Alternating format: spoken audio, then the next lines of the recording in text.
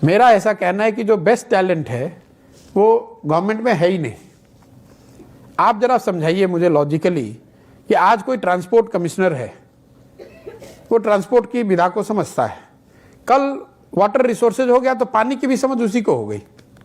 आपने as a researcher जिंदगी भर वाटर सप्लाई पे काम किया है, लेकिन आपको सरकार या तंत्र ये कह रहा है कि आपको पानी की समझ नहीं है।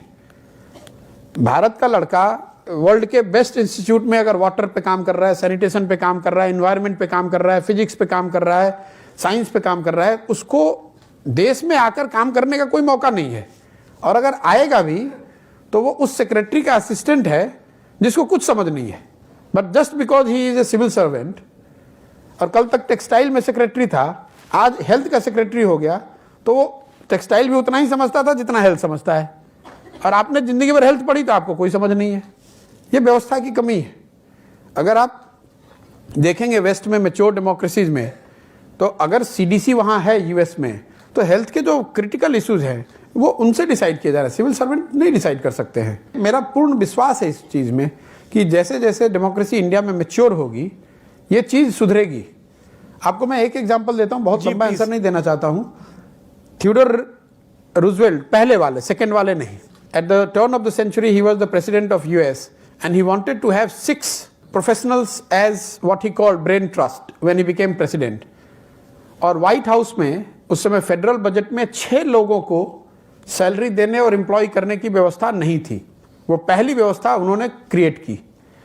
When Obama became president, close to 3,000 professionals moved with him. The setup in government is such that they bring 3,000 young or old the professionals. Yeah.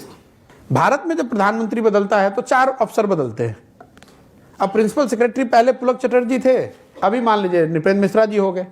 मान लीजिए कि पहले वाले बिल्कुल ही कॉम्पिटेंट नहीं थे, तो दूसरे वाले कितना ज्यादा कॉम्पिटेंट हो जाएंगे, क्या चेंज हो जाएगा?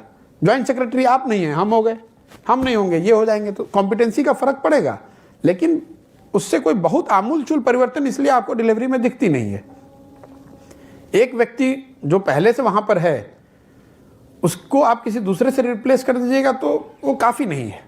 मुझे ऐसा लगता है कि देश में लेटरल एंट्री की व्यवस्था होगी। और एक और बात आप समझ लीजिए, देश में जो बड़े काम हुए हैं, आप टेलीकम्युनिकेशन देख लीजिए, उसको लीड किया किसने? Sam Pitroda, he was a lateral एंट्रेंट। पूरा जो अमूल आप देखते हैं, जो व्हाइट रेवोल्यूशन देश में हुआ, उसको किसने किया? Kurien, he was a lateral entrant. उससे पहले आप स्पेस देख लीजिए, Vikram Sarabhai, he was not a civil servant. You look at Abdul Kalam, he was not a civil servant, the missile technology what we gate.